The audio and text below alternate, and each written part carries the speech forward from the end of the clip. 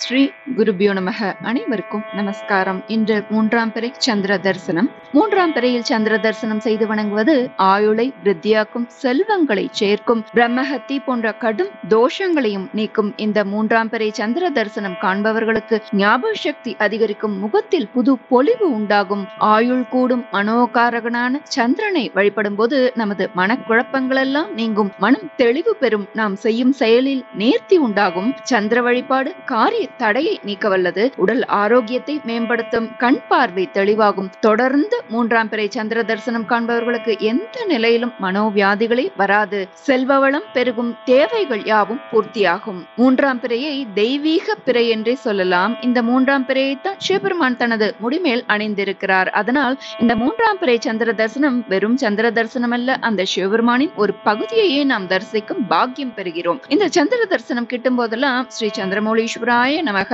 ஸ்ரீ சந்திரசேகராய நமக, ஸ்ரீ சந்திரமௌலீஸ்வரா போற்றி போற்றி என்று உச்சரித்தால் மனம் அமைதியடையும், மன வலிமை உண்டாகும். இன்று நாம் சந்திர தரிசனம் செய்யும் போது இந்த சந்திர காயத்ரியும் சந்திர ஸ்துதியும் சொல்லலாம். சந்திர காயத்ரி: ஓம் பத்மத்வஜாய வித்மஹி ஹேம ரூபாய தீமஹி தன்னோ சோமஃ பிரச்சோதயாத்.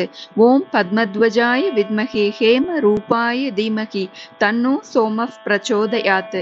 சந்திரன் ஸ்லோகம்: எங்கள் குறைகள் எல்லாம் தீர்க்கும் திங்களே போற்றி, திருவருள் தருவாய் சந்திரா போற்றி, சர்க்குணா போற்றி, சங்கடம் தீர்ப்பாய் சதுரா போற்றி என்று சொல்லி வணங்கலாம். இதன் மூலம் சங்கடங்கள் தீரும், மனதில் உள்ள குழப்பங்கள் நீங்கி தெளிவடையும். அத்துடன் நாம் மார்க்கண்டேய ரிஷி இயற்றிய ஸ்ரீ சந்திரசேகர அஷ்டக ஸ்தோத்திரமும் பாராயணம் செய்யலாம். இந்த அஷ்டகத்தை சொல்பவர் கேட்பவர்க்கு மரண பயம் இருக்காது. இது ஆயுள் ஆரோக்கியம் தரவல்லது, அகால மரணம் மற்றும் கஷ்டங்கள் வராமல் தவிர்க்கப்படும், துன்பங்கள் மற்றும் துக்கங்களிலிருந்து விடுபடுவார்கள். மேலும் அவர்கள் தனம், தானியம் மற்றும் அனைத்து செல்வங்களுடன் முழுமையான ஆரோக்கியமான வாழ்க்கை பெறுவர். சந்திரசேகர பகவான் அவருக்கு இக்கப்பர சுகத்துடன் இறுதியில் முக்தியையும் தருவார்னு இந்த ஸ்தோத்திரத்தோட பலஸ்ருதி சொல்றது.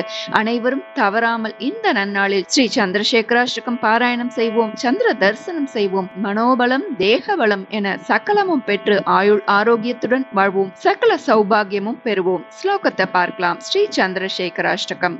चन्द्रशेखर चन्द्रशेखर चन्द्रशेखर पाहि मां, चन्द्रशेखर चन्द्रशेखर चन्द्रशेखर रक्ष मां, चन्द्रशेखर चन्द्रशेखर चन्द्रशेखर पाहि मां, चन्द्रशेखर चन्द्रशेखर चन्द्रशेखर रक्ष मां.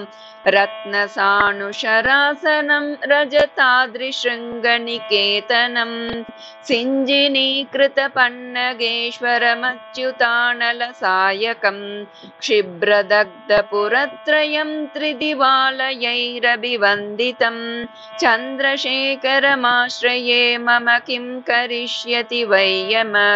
चन्द्रशेखर चन्द्रशेखर चन्द्रशेखर पाहि मां, चन्द्रशेखर चन्द्रशेखर चन्द्रशेखर रक्ष मां. पञ्चपादपपुष्पगन्धिपदाम्बुजद्वयशोभितं, बाललोचनजातपावकदग्धमन्मथविग्रहं, भस्मदिग्धकलेवरं भवनाशनं भवमव्ययं, चन्द्रशेखरमाश्रये मम किं करिष्यति वै यमः. चन्द्रशेखर चन्द्रशेखर चन्द्रशेखर पाहि मां, चन्द्रशेखर चन्द्रशेखर चन्द्रशेखर रक्ष मां. मत्तवारणमुख्यचर्मकृतोत्तरीयमनोहरं, पङ्कजासन पद्मलोचन पूजिताङ्घ्रिसरोरुहं, देवसिन्धुतरङ्गसीकर शुभ्रजटाधरं, चन्द्रशेखरमाश्रये मम किं करिष्यति वै यमः. चन्द्रशेखर चन्द्रशेखर चन्द्रशेखर पाहि मां, चन्द्रशेखर चन्द्रशेखर चन्द्रशेखर रक्ष मां. यक्षराजसकम्बगाक्षहरं भुजङ्गविभूषणं, शैलराजसुतापरिष्कृतचारुवामकलेवरं, श्वेडनीलगलं परश्वतधारिणं मृगधारिणं, चन्द्रशेखरमाश्रये मम किं करिष्यति वै यमः. चन्द्रशेखर चन्द्रशेखर चन्द्रशेखर पाहि माम् चन्द्रशेखर चन्द्रशेखर चन्द्रशेखर रक्ष माम् कुण्डलीकृत कुण्डलेश्वर कुण्डलं वृषवाहनं नारदादिमुनीश्वरस्तुत वैभवं भुवनेश्वरम् अन्धकान्तकमाश्रितामरपादपं शमनान्तकम् चन्द्रशेखरमाश्रये मम किं करिष्यति वै यमः चन्द्रशेखर चन्द्रशेखर चन्द्रशेखर पाहि माम् चन्द्रशेखर चन्द्रशेखर चन्द्रशेखर रक्ष माम् भेषजं भवरोगिणामखिलापदामपहारिणं दक्षयज्ञविनाशनं त्रिगुणात्मकं त्रिविलोचनं भुक्तिमुक्तिफलप्रदं सकलागसङ्गनिबर्हनं चन्द्रशेखरमाश्रये मम किं करिष्यति वै यमः चन्द्रशेखर चन्द्रशेखर चन्द्रशेखर पाहि माम् चन्द्रशेखर चन्द्रशेखर चन्द्रशेखर रक्ष माम् भक्तवत्सलमर्चितं निधिमक्षयं हरिदम्बरं सर्वभूतपतिं परात्परमप्रमेयमनुत्तमम् सोमवारिण भूकुताशण सोमपाणिलकाकृतिं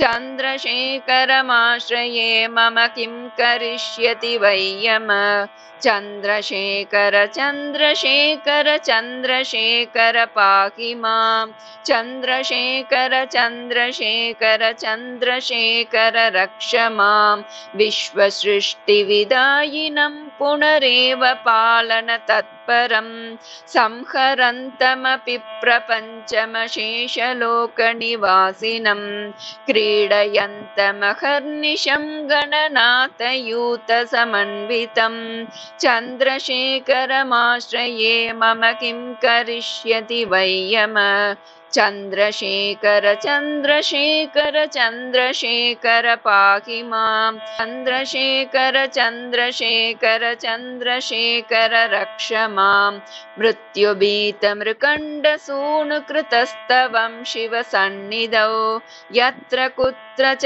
यः पठेन्न हि तस्य मृत्युभयं भवेत् पूर्णमायुररोगितामखिलार्थसम्पदमादरं चन्द्रशेखर एव तस्य ददाति मुक्तिमयत्नतः चन्द्रशेखर चन्द्रशेखर चन्द्रशेखर पाहि माम् चन्द्रशेखर चन्द्रशेखर चन्द्रशेखर रक्ष माम् मृत्युभीतमृकण्डसूनुकृतस्तवं शिवसन्निधौ यत्र कुत्र च यः पठेन्न हि तस्य मृत्युभयं भवेत् पूर्णमायुररोगितामखिलार्थसम्पदमादरं चन्द्रशेखर एव तस्य ददाति मुक्तिमयत्नतः चन्द्रशेखर चन्द्रशेखर चन्द्रशेखर पाहि माम् चन्द्रशेखर